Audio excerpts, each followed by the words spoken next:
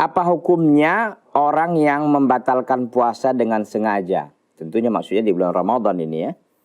Ya, membatalkan ibadah puasa di bulan Ramadan hukumnya haram dengan sengaja ya. Membatalkan ibadah puasa Ramadan dengan sengaja ya pada bulan Ramadan hukumnya haram.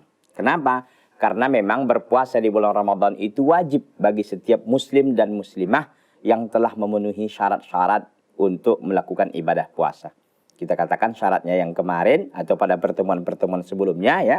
Itu yang pertama dia Islam.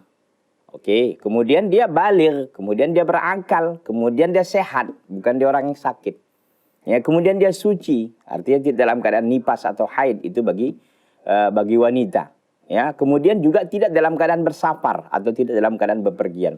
Nah, kalau ini semuanya tercukupi, ini semuanya ada, maka nggak ada alasan ya bagi siapa saja yang memang memenuhi persyaratan itu untuk boleh dia meninggalkan ibadah puasa Ramadan. Kenapa? Karena ibadah puasa Ramadan itu adalah sebuah ibadah yang wajib dilaksanakan karena itu adalah rukun Islam. Ya, karena dia merupakan salah satu dari rukun Islam yang ada.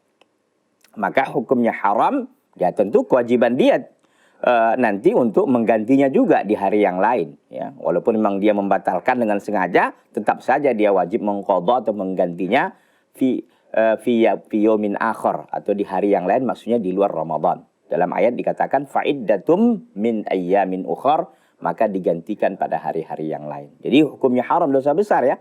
Jadi tidak sembarangan kita membatalkan ibadah puasa kecuali memang dia sakit, tiba-tiba sakit, nggak kuat lagi, atau dia haid ya, pertengahan puasanya. Itu nggak ada masalah ya, memang boleh membatalkan dan nanti tentu diganti pada hari yang lain. Wallahu ta'ala alam.